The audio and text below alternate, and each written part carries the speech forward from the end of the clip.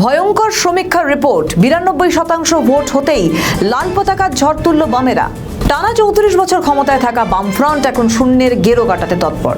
21-এর নির্বাচনে একটিও আসন না পাওয়া বামেদের বিভিন্ন সময় খোঁচা দেয় শাসক দল তৃণমূল কংগ্রেস। বিভিন্ন ইস্যুতে বাম নেতাদের শুনতে হয় ওরা তো শূন্য। রাজনৈতিক মহল মনে করছে 26-এর বিধানসভা নির্বাচনও বামেদের কাছে কঠিন লড়াই। শূন্যের তকমা মুছতে সিপিএমের নেতৃত্বরা তরুণ মুখের ওপর বেশি ভরসা রেখেছে। তরুণেরা জনসংযোগ বাড়িয়েছে। 2026 সালের বিধানসভা নির্বাচনের প্রথম দফায় রেকর্ড ভোট পড়ার পর থেকেই রাজনৈতিক দলগুলির মধ্যে চলছে ইতিমধ্যেই হিসেব কষাকষি।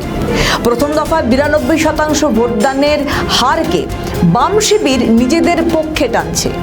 সিপিএমের যুক্তি হচ্ছে যে যত বেশি ভোট পড়বে ততই ভোট ব্যাংকের বাইরে থাকা নীরব ভোটাররা বুথমুখী হবেন, আর সেই অংশের একটা অংশ বামেদের দিকে ফিরতে পারে। সিপিএমের তরফ থেকে বলা হচ্ছে যে 92% ভোট পড়া মানে মানুষ চুপ করে নেই, মানুষ মতামত দিচ্ছে, পরিবর্তন চাইছে, কিন্তু সেই ভোটকে নিজের ঝুলিতে ধরেই তৃণমূল আর বিজেপি 110-115 সিটের হিসাব করছে। বাস্তবটা অতটাও সহজ নয়। বিরোধীরা বারবার বলেছে এ রাজ্যে চাকরি নেই, মানুষকে ভাতা দেওয়া হচ্ছে শুধু। কিন্তু সিপিএমের বক্তব্য হচ্ছে যে বামফ্রন্ট 34 বছর ক্ষমতায় ছিল।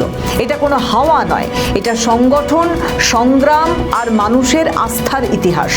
আজও গ্রাম থেকে শহর, শ্রমিক, কৃষক, সাধারণ মানুষের মধ্যে সেই ভিত্তি একেবারেই হারায়নি। অনেকে সামনাসামনি না বললেও ভিতরে ভিতরে অনেকে সেফ অল্টারনেটিভ খুঁজছে, যেখানে ধর্ম নয়, অধিকার, প্রতিশ্রুতির সঙ্গে সঙ্গে বাস্তবে কাজ থাকবে। বারংবার সিপিএমের নেতৃত্বের মুখে শোনা গিয়েছে আজকের এই যুব সমাজ চাকরি চায়, শিক্ষা চায়, নিরাপত্তা চায়। মহিলা ভোটও শুধু এক দলের সম্পত্তি নয়, তারা নিজের অভিজ্ঞতা দিয়ে বিচার করে।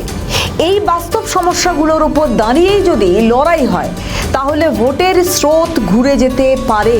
তৃণমূল বিজেপিকে নিশানা করে বামেদের দাবি 110-115 সিট দেখিয়ে কোনো লাভ নেই। মানুষের ক্ষোভ জমলে তৃতীয় শক্তি হিসেবেই বামফ্রন্ট ফের উঠে আসতে পারে। প্রসঙ্গত ইতিহাস বলছে মানুষ যদি বিকল্প খোঁজে সেই জায়গায় বামপন্থাই আসতে পারে।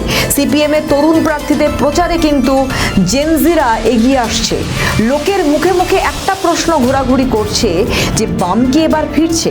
অবশ্যই এই প্রশ্নের উত্তর পাওয়া যাবে আর কয়েকদিন পর। শুধুমাত্র মাঠে ময়দানে না, সোশ্যাল মিডিয়াতেও যথেষ্ট অ্যাক্টিভ সিপিএমের নেতা কর্মীরা। তাহলে কি এবার লাল আবির উঠছে? আপনার কি মনে হয় জানান কমেন্টের মাধ্যমে। আমাদের ভিডিও ভালো লাগলে লাইক ও শেয়ার করুন, কমেন্ট সেকশনে আপনাদের মতামত জানান। আরও ভিডিও পেতে আমাদের চ্যানেলটিকে সাবস্ক্রাইব করুন এবং প্রতি মুহূর্তে খবরের আপডেট পেতে প্রেস করুন বেল আইকন।